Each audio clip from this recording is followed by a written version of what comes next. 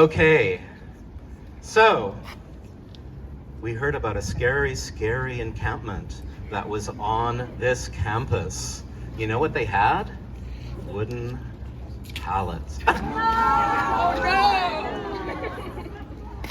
They also found, after they cleared the camp, not as a reason to clear the camp, a hammer, a screwdriver. If the campus cops are here, get your cuffs ready, because I'm going to say that was my hammer. That was my screwdriver. There was a whole toolkit, because when you go camping, you need some gear.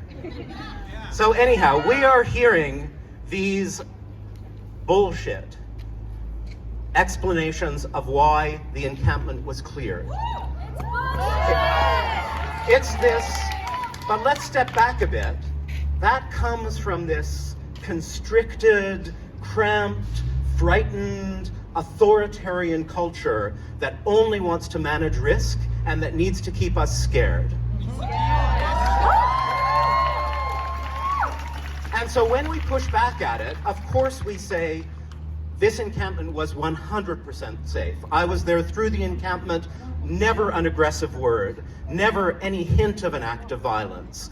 Outside infiltrators. I thought that University of Alberta actually wanted to connect with the broader community, actually wanted to connect with alumni, and now suddenly they're scary outsiders. So we come back and say, this encampment was no threat, it was perfectly safe, and so the use of dangerous police force was completely illegitimate and obscene. And can I just say, I was there, I got pushed back by that line of about 40 riot cops, swinging batons, using non-lethal weapons, not just holding them, but using them. And that was scary. Many people who went through that are still in the trauma of it. But we were lucky. Because when you bring those kinds of cops, they didn't just have non-lethal weapons, they had guns on their hips. Yes. And we know, we've seen over and over and over again, all it takes is one careless gesture, or one loud noise, or whatever else, and suddenly it's not just people bruised as people are, bleeding as people are, and traumatized as people are, it's students who are dead. And so how dare this university and President Flanagan pretend that they chose the safer option? No. But I want to go further than that, because if we're just arguing about degree of risk, we're still stuck in that cramped, frightened, risk-managing security culture, which is poison at this university. What I want to say about the encampment, about the People's University for Palestine, is that it was beautiful. The encampment was beautiful. Who here was at the encampment even for 5 minutes? Okay, I'm going to say, if you would, a lot of people here weren't at the encampment.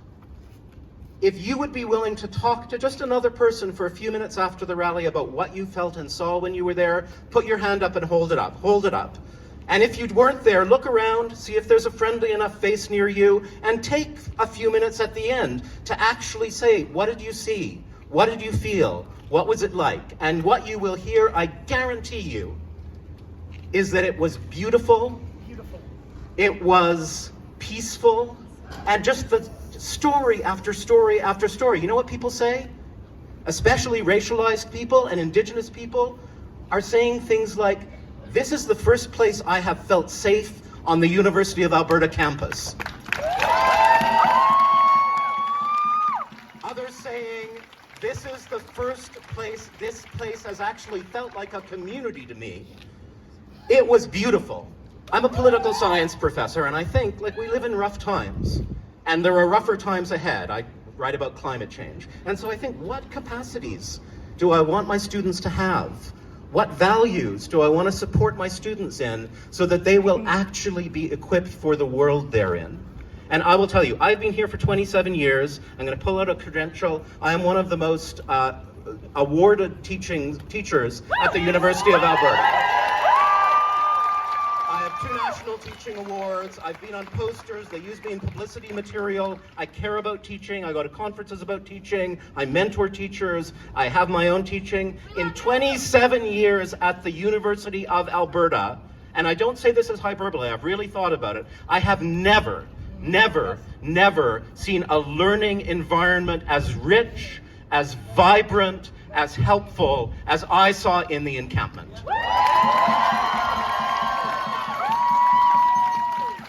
That's what they chased off campus with riot cops. Shame.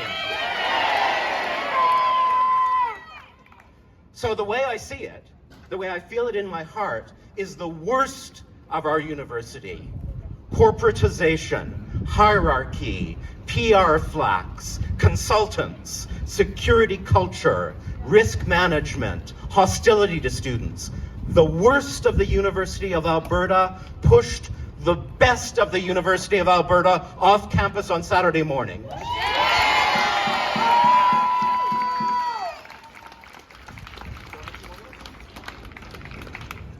Okay, so it is for the student leaders to say what needs to happen next, but I'm just going to give you my take as someone who listens carefully to them. There's some stuff that needs to happen not next week, not tomorrow, but today. Things that the University of Alberta could do today. First off, this is a student demand, amnesty. Not out of the goodness of their heart, but because they brutalized and harmed students for no reason on Saturday, and now those students have to sit at home and wonder if they're going to face disciplinary procedures. Ditto faculty, by the way. And we are seeing insultingly cagey communication from PR professionals who think we're stupid. So the other thing I'll say about the threats they need to lift, I was being driven off of campus with the rest of the encampment. The famous Frank Paget of Campus Protective Services took a mic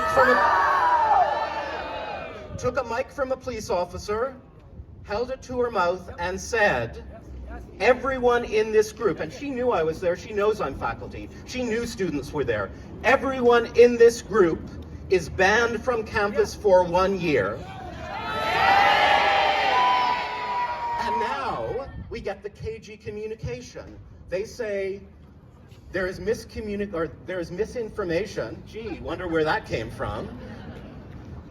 We can confirm that no members of the University of Alberta community are banned from campus. Well, we're smart. We're learning critical skills. How about the members of our Edmonton community? They have not said they're not banned from campus. They said no students have been suspended. This was 12 hours later. Suspension doesn't happen overnight, and it's only one of the disciplinary penalties. So demand one today. Amnesty, no penalties. Amnesty, amnesty, amnesty, amnesty, amnesty, amnesty, amnesty. Demand number 2, and these aren't the big demands. These are the things they could do today if they had any recognition of the horrible thing they did on Saturday morning, if they had any notion of accountability. Demand number 2, give our damn stuff back.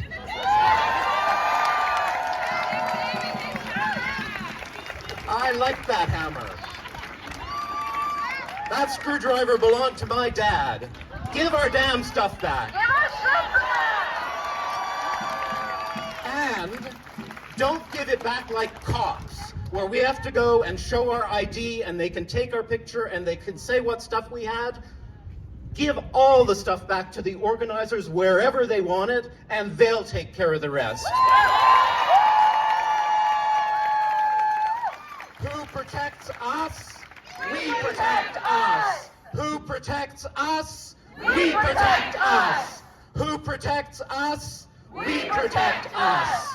The third thing, this is me, but I think that the student organizers would be friendly to it. So, amnesty, give our damn stuff back today, and no more slander. No more lies. If I see one more corporate communication from President Flanagan claiming that there was looming violence, that there were scary outsiders, aka alumni and members of the community, that there were wooden pallets, that there were screwdrivers and hammers that could have been used as weapons, I'm going to lose it. We've seen that discourse before. Every time an encampment or an Indigenous encampment is cleared in Edmonton, that's what EPS comes out and say. We found a box cutter. Well, people need to live, for God's sake. I've got like 4 box cutters at home. Come and get me. If I didn't have a home, they'd be in my pocket, because what are you supposed to do? So anyhow, no more of that cop bullshit from the president of this university. End it today. Okay, I'm gonna say this. Can I have 1 more minute? Okay, that's today. Tomorrow or in the next week or so, there needs to be way, way more. Number 1, send out the highest officials of this university to meet with the student organizers about their actual demands. They weren't there because they wanted a camping trip. They were there because there's a genocide in Palestine and this university is funding it. Meet with the student organizers, and the student organizers will take no bullshit. They don't want to have meeting after meeting after meeting so there can be a decision late in the year that will maybe... No. They want action. They're not going to settle for less. And if you were here for the demonstration on Saturday, they kicked them off in the morning. You should have seen the crowd that came back in the afternoon. They don't know what they're tangling with. The Palestinian community, the Muslim community, all of us in solidarity, the Jewish community, faculty, staff, students, they are flushing the reputation of this university down the drain, and it needs to change now. So meet with the students soon. And the other one is, let's have some house cleaning at this university.